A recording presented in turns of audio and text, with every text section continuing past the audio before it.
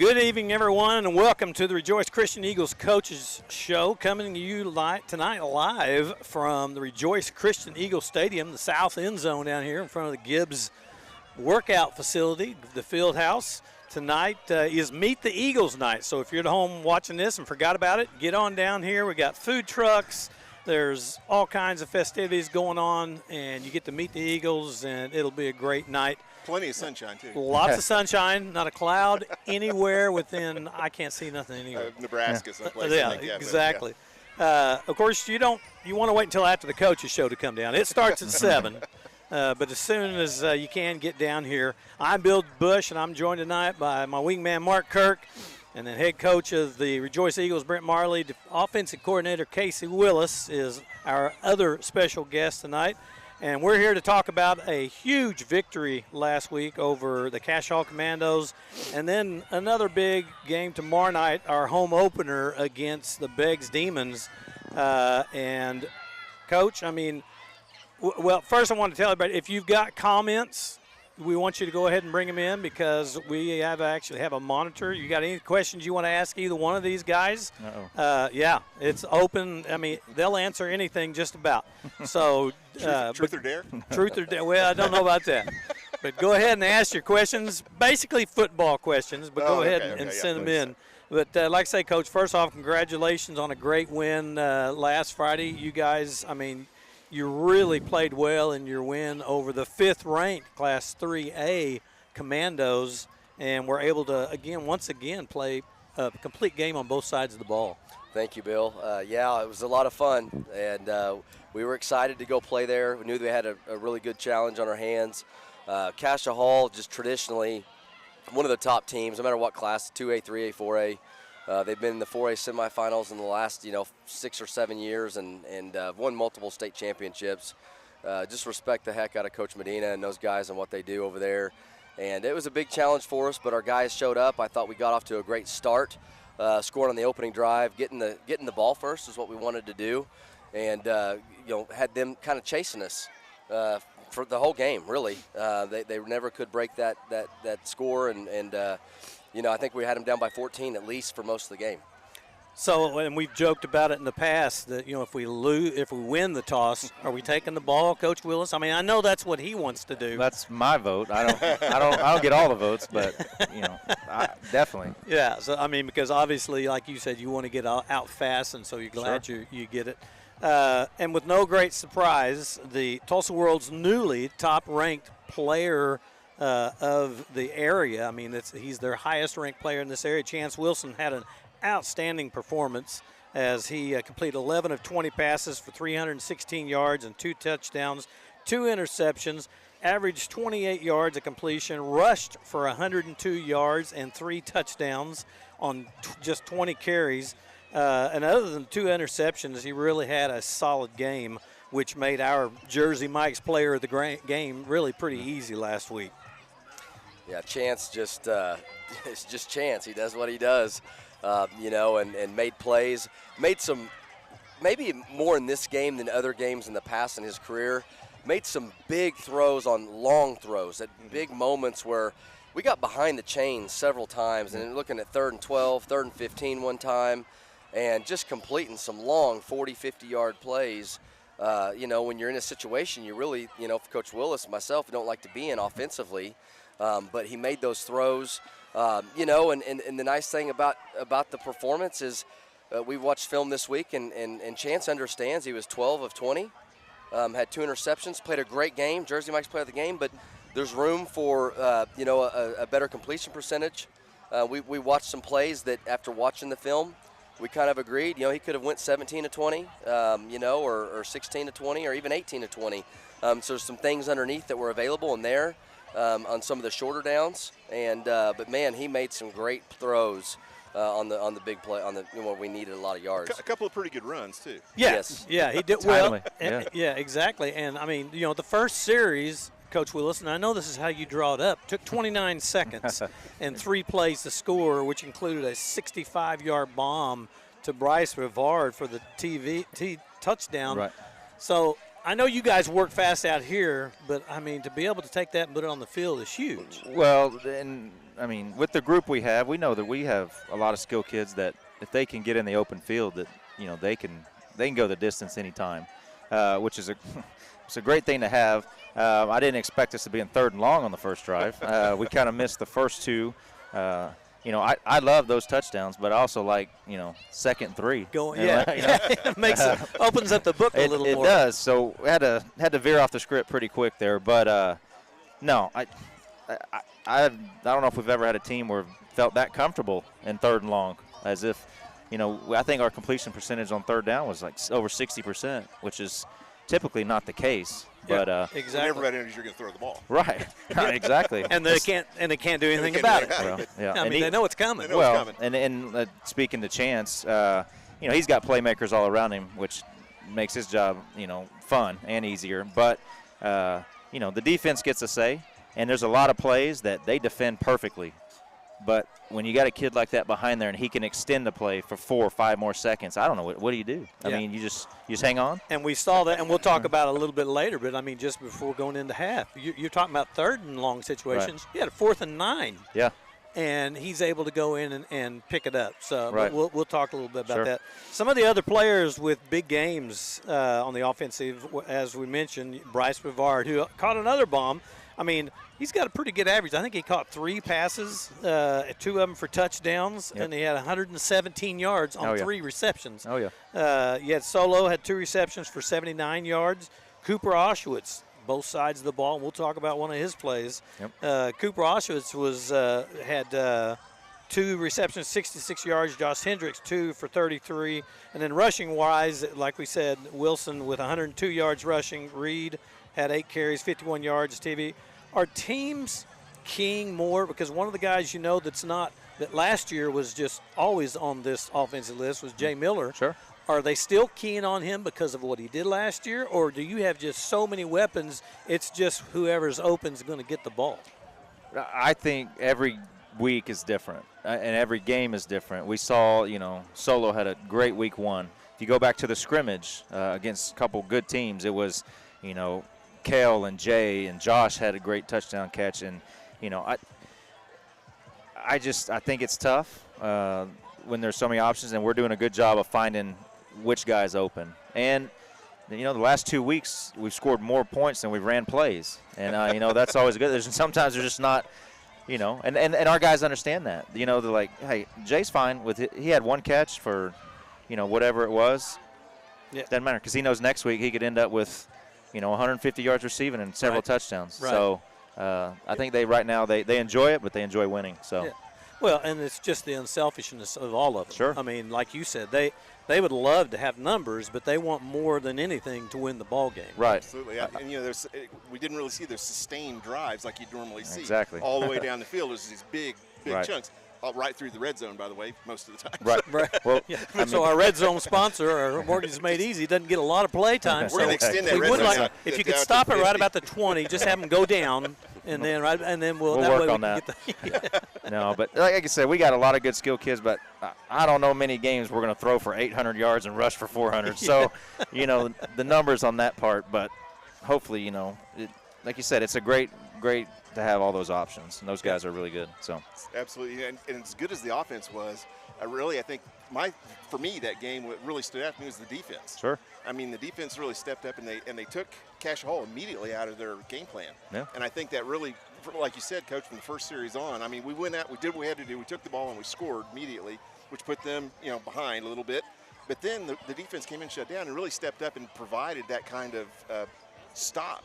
That really is that element we really needed last year, and I'm really excited to see it going on this year. I mean, we had a lot of guys going on, and again, knocking Cash Hall right out of their game plan from the very get-go. Mm-hmm. I mean, did you kind of feel like that was going to happen? Is that before the game got going? Well, especially with their big running back Clark. Oh yeah, Clark. Yeah, I mean he was a bruiser. Big old guy, and knowing that that's what they're going to rely on, just time and time and time, just hammering that guy in there, and he's pretty quick too. Beyond being bound running hard, he's also he's a pretty great quick.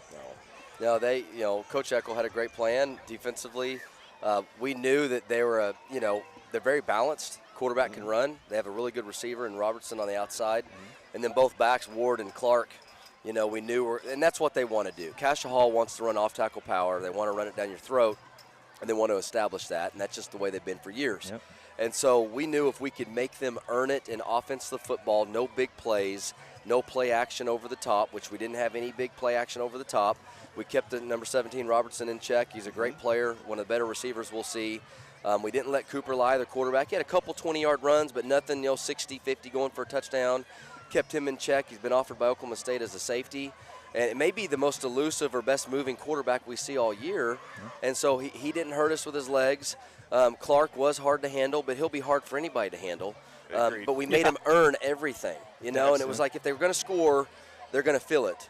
And then when we got the ball back, we were able to score so quick that it was just, I think it's a little demoralizing. That, like, we got to go 14 plays, and they're going to do it in 3. Yeah. And so hopefully that's but hats off to Cassia Hall. It was a great test, great challenge. They stayed in the game. They never gave up. They did not give up. No, that's they're not going to. They're a well-coached team. No, they are. Definitely well-coached They are a really well-coached team. Yep. Well, and we talked about that. Their tradition is just so rich. I mean, Medina, like you said, has been over there 24 years. They have qualified for the playoffs, I think, 35 straight years. Yep. I mean, that's just incredible. So that's hats off and testament to you guys on how well you played to go into their home field on their ground on an emotional night. On an emotional night that they were on an emotional high playing. And I heard during the game, don't know if you guys heard, but that Colin Cottom was able to. He was released from the hospital. Yep, so heard that. Yeah. appreciate all the prayers that went out for Colin, But it's an emotional high, and so they want to win the one for the Gipper type thing. But you guys were able to go in there. They got a little close there at halftime, but you guys were able to go in there and just, again, against a really good team and compete well. A Cassia Hall team is never going to beat themselves. Right. And that's they play great defense. They're able to run the football and make plays, and that's why they're so successful. So it was a big win. I don't know if that's the first 3A school I think Rejoice has ever played. Really? Yes. And they were fifth ranked at the time. Fifth ranked and at their place. So it's a big deal. Yeah, it was very big deal. And I want to say this. I mean, I coach offense, but I believe we can score 60, 70 all the time. That's what I believe. Yeah. But I don't want to have to. Yeah. So our defense does an excellent job, and they've done that the first 2 weeks, and helps you guys out on the all the offensive time. side. For sure, definitely. absolutely. It keeps you in your game plan. But, I mean, there were several people that had really big nights that night. Solo Morton had 12 tackles, 11 solo, 1 for a loss. Yep. And it was overall really a big night. Oh, yeah. So on both sides of the ball, Yep. actually. Dalton Close, 9 tackles, 6 solo with a sack. Josh Hendricks, 8 tackles, 5 solo. Kale Marley, 6 tackles and a sack. Yep. So a lot of really good plays on the defensive side of the ball. Definitely. Again, set the tone for the whole game. Exactly. Yep. Well, and we don't talk about special teams enough. and I know you were like in the Tulsa world. You had talked about, and it probably was one of, if not the biggest play in the ball game, and that was his huge. They had just scored. Yep. They took the score from 21 to, it looked like it was going to be basically a 21-7 halftime score. And they go down and score, make it 21-14, and then it looked like that's what it was going to be. I mean, you only have, a minute and 5 when they kicked it off, or 59 seconds, I think, when you got it. Right. But it was due to a huge return. Now, it's special teams, so I know that Coach Johnson is going to say, no, that's my group. Is that considered defense or offense whenever you got a guy taking the ball going 59 yards? Well, I think for a kickoff return, it's offense. I believe so. I mean, It's up for grabs. I'll take it. Hey, Coach Barnett's famous for saying his favorite play is PAT. So he didn't get in the end zone, but no, and I wouldn't have said that in the paper, but the reporter said that. He said, I felt like the biggest play of the game was the kickoff return right before halftime. Well, you can't say it because you're also dad. Right. But if you're not dad. Okay, well, I'll tell you how it really happened. Okay. Yeah. You could tell they were trying to score right before half. Right. One possession game, they get the ball after half. Yeah. 1 minute left. That whole thing I know. Well, the head coach here calls for a sub on Kale Marley. Yeah. And we kind of said, well, hold on, Coach. So he might run it back. So he sent him back out there, and the rest, it's history. So you had nothing to do with it. Well, good job, Coach Willis. No, it wasn't me. It wasn't me. And he did. He realized that pretty quick too. He's like, well, let's leave him out there. The bad thing is he dropped the kickoff return. That was by design. But he told me that. He said, Dad, I honestly like dropping them because everybody gets out of their lane. They get out of their lane and start sucking in on you, and you pick it up and could just kind of. I got to see that video. That's my story, and I'm sticking to it. Somebody teaching that technique. I said, don't like that. We want to catch it. Yeah. Well, and like we said, that was the big play that right after that. I mean, they got us 4th and 9. Mark and I said, okay, is this Maverick Price time? I think he could hit it from there. Because it was going to be a 45, 50-yarder. I mean, and then all of a sudden, 4th down, and then this is a passing down. Oh, well, no, maybe not. Or we could do that. Or we can scramble and let Chance go down to the 5-yard line, and then after that, it was just like, okay. But you could just tell on that, their heads were dropping. I mean, it's tough. Their blocking was nowhere near it was the first part of the game, just on that last touchdown even. I mean, they did fight, but that's just got to do it for the psyche of a team to think, we're within a touchdown. We're going to get the ball coming out of the second half. Right. And we're going to tie this thing up, and it's going to switch. They had executed their game plan that drive as best perfectly. So what are you telling your guys at halftime with that big play and that big touchdown? Well, what we said earlier, that guys, they're not done. They're not done. They're not going to quit. They're going to not make any mistakes. They don't. That's just their MO.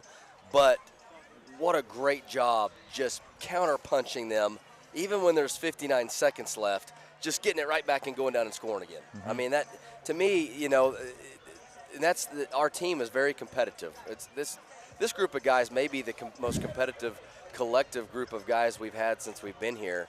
And they don't like getting slapped around, and I love that. I mean, if they get slapped, they're going to slap back. So it was a great job on them. We've got some guys here. Oh, there we go. Bring them all out here. You guys all come out here and get back behind us. We want these guys to see. We want you all to see, because you get to see them. You guys go ahead and come on out. You guys get to see them only with their helmets and with all of their gear on. Right. But you don't get to put faces to the name. See how goofy they really look. Yeah. I mean, these guys, if you've not come out, you guys back up just a little bit so we can see y'all. We need wide angle. Yeah, we need a wide angle. But if you guys have not seen these guys come out to play, and we're getting ready to talk about this game tomorrow night, it's going to be a huge game, and it's another game to where we feel. I think tomorrow night, I mean, I don't know who made this schedule up. You start off with the number 1 ranked team in Class A, 2-time defending champion Cashin. Then you go to Tulsa at a 5A and step up to 3A. And now tomorrow night, you guys are going to entertain and play host to the number 2 ranked team in Class 2A. Did you think when you looked at the schedule that you were going to be running this gauntlet? Unfortunately, yes. What happens is, and I would say maybe not as a private school, but just as any school, you become a victim of your success, and it's what these guys have done.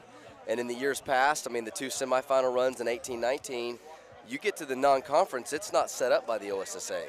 So it's non-conference play. You have to find games, and it's hard to find people that want to play. And we've had, a schedule set for 4 or 5 years, and then it gets dropped, and another team drops you, and then you're looking at finding, the people that will play you and that are open are the people that nobody else want to play. Right. And so you get a Cashin, you get a Cash a Hall, and you get a Beggs. And it's just the way that it works. Well, I've always been told you don't get better by playing inferior teams. Yep. Right. So, well, if we're going to find mistakes we need to correct, we want to do it early. Yeah. We want to find out in those first couple of weeks. And so the only way you can do it is to challenge yourself. Yeah. Well, and you guys have answered the challenge so far. Tomorrow night, you've got a guy coming in here. It's kind of funny because you've got the top 10 player in Chance Wilson in the Tulsa world, and then you got Red Martell, who moved into the top 10. So it's still not only is it a clash of teams in the top with number 2 playing number 3, but you also have 2 top 10 players. And folks, we're not talking about just in 2A. We're talking about Chance Wilson is the top player in this area, 6A on down. So, I mean, that just shows you what people think of this young man. But again, now you got another guy in this area, Beggs and Red Martell, who rushed last year for 224 yards on us, talking about a little bit of defense they're going to show up, 4 touchdowns, and they were able to score, and they may have scored every time they touched the ball, scoring 78 points. and it was a track meet, 78-48. How do you slow down Martell this year, or can you? Well, it goes back to kind of some things that why we played Cassia Hall. I didn't feel like we really got tested a whole lot before we played Beggs last year in the run game. Cassia was much more pass-heavy last year with the senior quarterback and good receivers. So it was good. It was great for us to play Cassia Hall last week and really work on our run fits. And be tested by two good running backs. But, Martell's very deserving of that. I mean, the proof's in the pudding. I mean, he's been offered by Kansas. He's been offered by Colorado. He's going to have more D1 offers. And, it's not going to be easy. We just told the boys today at the end of practice, nothing worth anything in life is easy.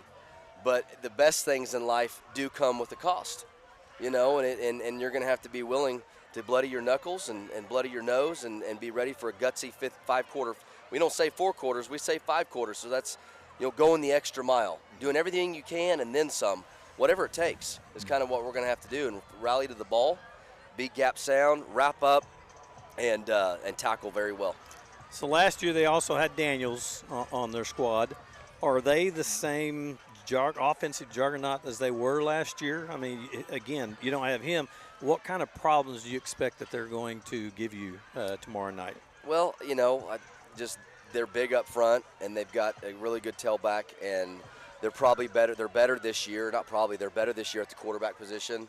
They throw it better. Last year they were pretty one-dimensional. So when you have a good tailback that's good, it just makes them even better if you have to defend the passing game and drop into passing zones and stop the quarterback. We've got our hands full. We've got to defend both sides of the ball, or phases of the ball on the offensive side, and it's going to be a great challenge. This Beggs team has 4 guys with Division I offers. Wow. Which for a 2A school to have 4 guys and a 5th guy that's probably going to have some by the end of it all. But, it's a great opportunity for us. Yeah. And then I think Mark was going to ask something about Chance last year. Oh, yeah. I mean, whenever we looked at this from last year, and, like I said, it was kind of a track meet last year. Mark was there. I didn't get to go to a lot that of defense on either side. It was kind of a very unusual game. I mean, this year I think we got a lot better defense, or at least set up a lot better than what we were last year. But again, I think on our offensive side, it's probably going to be very similar. I would think. What's their defense look like? Well, there's athletes at every single level. I mean, if they're definitely past the eye test when they get off the bus and in warm-ups. I don't know. Who knows? Maybe it's one of those games that you see that, offenses get touted and ends up being 10-7. I don't know. But we've seen that before. I know, and we got to win those too. But a lot of team speed, obviously. Now they got a lot of guys going both ways like us. I mean, they're a 2A school. They do have more size than us, even though this year we have more size at the offensive line positions than we've had in the last several years. That's impressive, really. It is. I made a comment about that whenever they were lined up out there on Friday night. Right. If I was a quarterback, I'd love seeing that in front of me. Oh, sure. Yeah. And they're doing a great job. They are young in certain positions. They had a lot of good players last year that graduated, that contributed. But they do have, I believe they still have 12, 13 seniors, that have played. It's going to be a battle. It always comes down to who makes the most mistakes or who doesn't. Who's going to make the most plays. Last week against Cassia, we made more plays when we needed them. It's going to have to be – we're going to get in some tough situations tomorrow night, and, we're going to – if we can make those plays when we need to, I feel pretty good. And last year, I mean, if you were to read the stats after that game, where Chance accounted for 457 yards and 6 touchdowns. Sure. Jay Miller had 6 catches for 143 yards. Solo had 7 catches for 99 yards, and we put up 48 points. Normally, that's enough to win a ball game. Yeah. Is that going to be enough tomorrow night? Well, if 48's not enough tomorrow night, then our defense isn't probably better than like we thought. So, like to Mark's point, I hope that 48 points is enough. If it's not, then we're back to the drawing board defensively and scratching our head. But however, whatever goes, tomorrow night, if we play with heart and passion and don't turn the ball over and do our job, that's all I can ask. No matter what that number says up there on the board that lights up, that's what we want. And if we can say, hey, we played with passion, we played good football, Gave it our all. We gave it our all. Yeah. Then let the chips fall where they may. I mean, I like our chances, Yeah. but I know they like their chances too, and they get a vote too. Yeah, absolutely. But you're going to be home this time. Yep. Yeah, at least you're going to be playing at home. I mean, every place has home field advantage. I'll say since we've been at Rejoice, these people, they pack the place out. And we were talking the other day, if you take away the year we bumped to 2A, that 4-7 year, the COVID year, and all the stuff going on. That was a tough year. And it was. If you take away that year, though, the 8 years that we're coming into right now, we've lost 2 home games. We didn't lose over at Ator Field, and we lost to a #1 Afton team here, and then we lost to a #1 Cashin team, that same year. Washington last year would have been the last one besides that. So, that – like I said, they might not care. Yeah. But I do think our boys feel that. They feel the energy and they like playing at home in front of the crowd, and they're going to be up for it. So. Yeah, and we talk about the crowd all the time. I think we had as many as Cassia did last week with their home crowd. Yeah. I mean, we had it was, just about every seat in the house was filled on the visitor side. And we expect nothing less tomorrow night. I mean, you shouldn't have a seat. I mean, this is just meet the Eagles night. And if you look at the stands, you would think there's a ball game going on tonight. Yep. And, again, this is just to meet the fans or meet the Eagles. They want to get out here and see these guys and listen to all of what you guys had to say. But this is probably one of the best. I know it's one of the best traveling crowds that I've ever seen. Oh, definitely. I mean, you just don't. Even in the higher classes, you usually don't get that kind of crowd that goes along. So, really appreciate them. And tomorrow night, we expect all of you guys to come out and watch this. How's the injury report? I know that you lost a really good player in Kendrick Carricker, and I just hate that for him. But what's the status of Isaac Barnett? Still holding him out? I mean, because we talk about all the weapons. I just can't imagine how much you're like just licking your chops waiting to have that big bruiser. One other element. Yeah, to go right at the middle if you have. What's the situation with Isaac? Yeah, Isaac is relatively, in the ACL rehab. It's still young. I mean, it's not been. Those can take 9 months to a year, and he's around the 9-month mark right now. He practiced for the first week and a half, and it just kind of, using things he hasn't used. He hadn't gone on the knee that hard like he had, and so got a little bit of bursitis fluid build up, and nothing major. But then the recommendation from the doc was just to scale back a little bit, and so we've done that for the last couple weeks. He started doing little more jogging and moving around this week with weight bearing, and I think next week going to start running again. And the plan is to hopefully he'll be back for homecoming. We have a bye next week, but then the following home game versus Salina, he'll be back hopefully for that game. Mm-hmm. Any other injuries coming out of the Cassia game? I mean, anything serious, just other than bumps and bruises? No, nothing serious. Yeah. So is Cooper Auschwitz, is his shoulder okay after that? I tell you, the hit going into halftime has got to be on a highlight reel somewhere on to tell guys, all right, this is not how you take a knee. If you're going to take a knee, get down. You better make it quick. Because Cooper just came in flying. I thought, I think he got there. I think he got there early enough, which he did. But my goodness, I'm loving the way that Cooper's playing this year. I mean, he's just really all the guys. I mean, you could just go down the list on guys that have really stepped up. Yeah. On the defensive side of the ball, the aggression has just picked up tremendously. Flying to the ball. And they were playing physically. Yeah.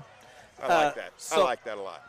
So how was practice this week? I mean, is everybody excited about having their home opener for this year? Extremely excited. The biggest challenge I think for us tomorrow night, and it's this way you hear them talk about in college football and the NFL, same thing. When you have a big game and you go all out, and our guys really exerted themselves a week ago tomorrow night at Cassia Hall, and they were really sore all through the weekend, sore on Monday. I mean, it took them Tuesday. We're still, a little slow in practice and sore. Finally, on Wednesday, we started picking it up a little bit. But they, to bounce back after a big win, I'm excited to see how we respond. Because it's hard, even at the next level. You look at Division I teams that get a big road win, and then it's hard for them to come back and play good the following week. So that in itself is what I'm looking forward to seeing. Yeah. So next week's a bye week. Right. So we won't have a coach's show next week. But following that week, we'll start broadcasting live at Matt Eats on the patio down there we want a big crowd down there. It'll be a lot of fun. Much kind of like this atmosphere. Probably not this many people, but it'll be a fun atmosphere. And we hope you guys. That starts the 22nd on the Coaches Show, and there'll be lots of room. And so we'd like for everybody to come down. We're going to get out of here because I think they want to get things started. In about a few seconds, they're getting ready to start kick off Meet the Eagles night. And so, Coach, any last comments about tomorrow night's game? No, just fans, you're great. You're awesome. We love you. Just want all of our fans to come out and support these guys. It should be a rocking environment here at Rejoice It's going to be a fun night. All right. Well, for my wingman, Mark Kirk, for Coach Willis and Coach Marley, and our engineer at the controls, Todd. If you see what this guy does before each show, he's scrambling. But Todd Witten at the controls. I'm Bill Bush, and you've been watching the Rejoice Christian Eagles Coaches Show on the Rejoice Athletics TV YouTube channel. Join Mark and I tomorrow night as we bring you all the action against Beggs. It's going to be a big night, and it'll show us really where we stand as a team. The pregame show will start about 6:30. You'll be able to see a repeat of this, and then we'll come on the air probably around 10 till, and then we'll bring you the kickoff at 7 o'clock right here at Rejoice Stadium. We hope you've enjoyed watching. Good night, God bless, and go Eagles!